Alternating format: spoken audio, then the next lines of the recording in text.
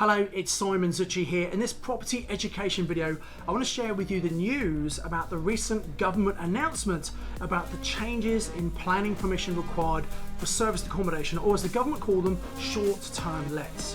Now this has been a long time coming. There's been a consultation period. We knew this was happening. Changes have already happened in Scotland and also in Wales. And so there was a good clue, and I've actually done a video about what we were expecting to happen, and actually most of what I predicted is kind of coming true. So, not that there's anything strange about that, it's kind of logical really, but let me run through what the government have been saying. So first of all, if property is already used as serviced accommodation, it's probably going to automatically be put into this new planning cost retrospectively. There'll be a point at which they bring this in as actual law. So if you don't have your serviced accommodation set up yet, you probably have a window of time to get that done. We don't quite know what that is just yet, but there'll be a window of opportunity to get that done before the regulations come in. However, I'm sure there are going to be some restrictions. First of all, the government want to put together a big database of all the people who are using property for short-term lets. Now, by the way, I think that's actually a really good thing. I think bringing regulation in is raising standards. And also, imagine this, if there's a register of all these landlords that have got properties using short-term rental, that will be another source of data that we can use to reach out to landlords to find the ones who might be tired, who might be retiring, and we can potentially pick up those properties from those landlords who might be interested in selling. In the same way, right now, all the people who have HMOs on the local HMO register, and we can target those people through landlord letters. And we're going to be able to do exactly the same thing with this register of people who have serviced accommodation. So for those of us who are looking to acquire more property, actually this is a really good piece of news for us. The next thing is they want to give local councils far more ability to control the amount of accommodation in the area. I think particularly in seaside towns where you've seen lots of properties become short-term lets, and that means that prices have gone up and local people have not been able to afford to buy to live there themselves, and they've had to move away from the area. It's what they call hollowing of communities. They want to stop that, obviously.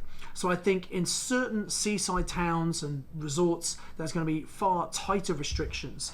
I wouldn't be surprised if some local councils bring in an Article 4.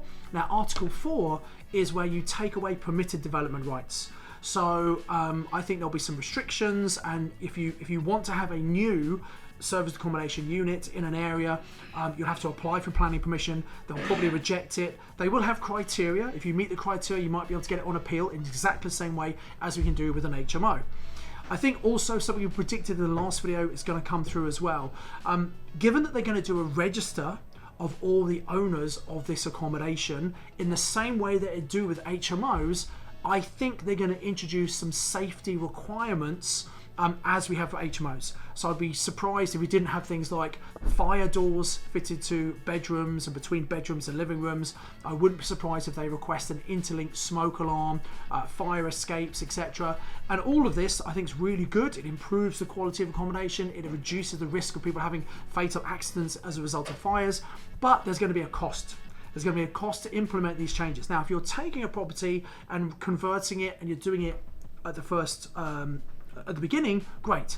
But there'll also be a retrospective cost for many people whose properties are not up to standard. Now, what does that actually mean? Well, I think we'll see a lot of people who own property, or maybe even they're doing a rent-to-rent on a property, they're using a serviced accommodation, and they don't want to spend the money to bring that property up to scratch.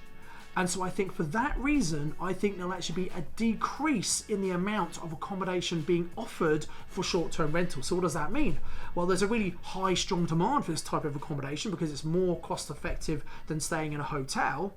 And so actually, I think we're going to see the rates that people can get for serviced accommodation go up just because of supply and demand. If you reduce the amount of supply, you've still got a strong demand, rates are going to go up. So everyone who's still in the business is probably going to make more money from serviced accommodation, but I think a lot of amateurs and people who don't really want to spend the money are probably going to be forced out of the market.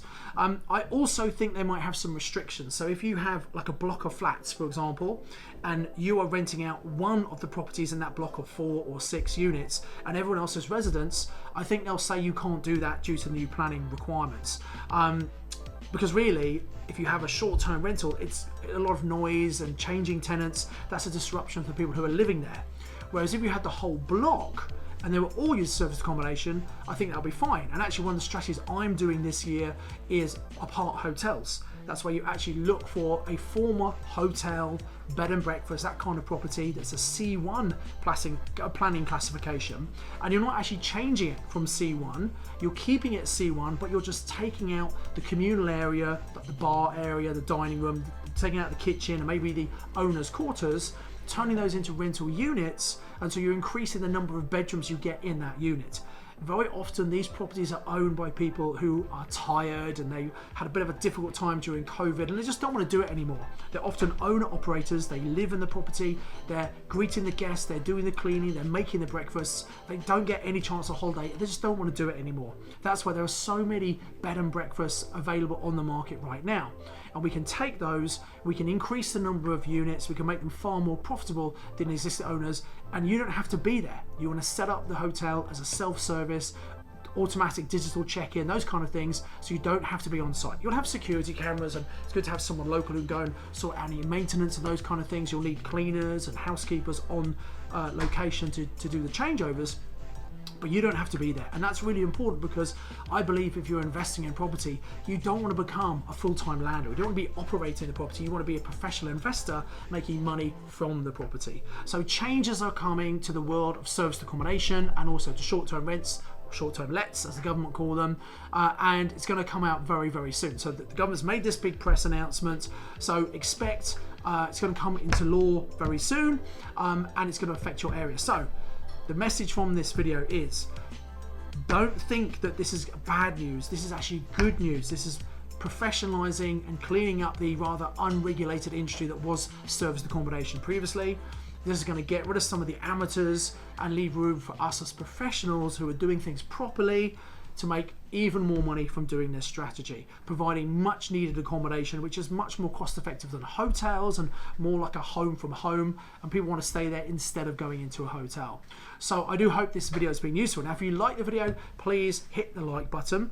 Make sure you subscribe to the YouTube channel as well, and hit the bell icon to make sure you're notified anytime timely videos like this come out. Announcements, we'll always get them out to you as soon as we can, so you know exactly what's happening and keep up to date with the changes in the property market. Things are changing, you need to stay on top of those changes. Don't see change as a risk, as a threat, see it as an opportunity. There's always an opportunity, there's always a silver lining if you know how to look for it, and I'll try and pull those learnings out for you and share them in these videos. I'd also love to get your comments. What do you think? Are you going to be getting into serviced accommodation? Are you going to be growing your serviced account? Or maybe you want to be exiting serviced accommodation? I'd love to hear your comments below. Let me hear what you think. And I look forward to seeing you in the next video. So as ever, I encourage you to invest with knowledge, invest with skill. I do hope you got massive value from watching this YouTube video.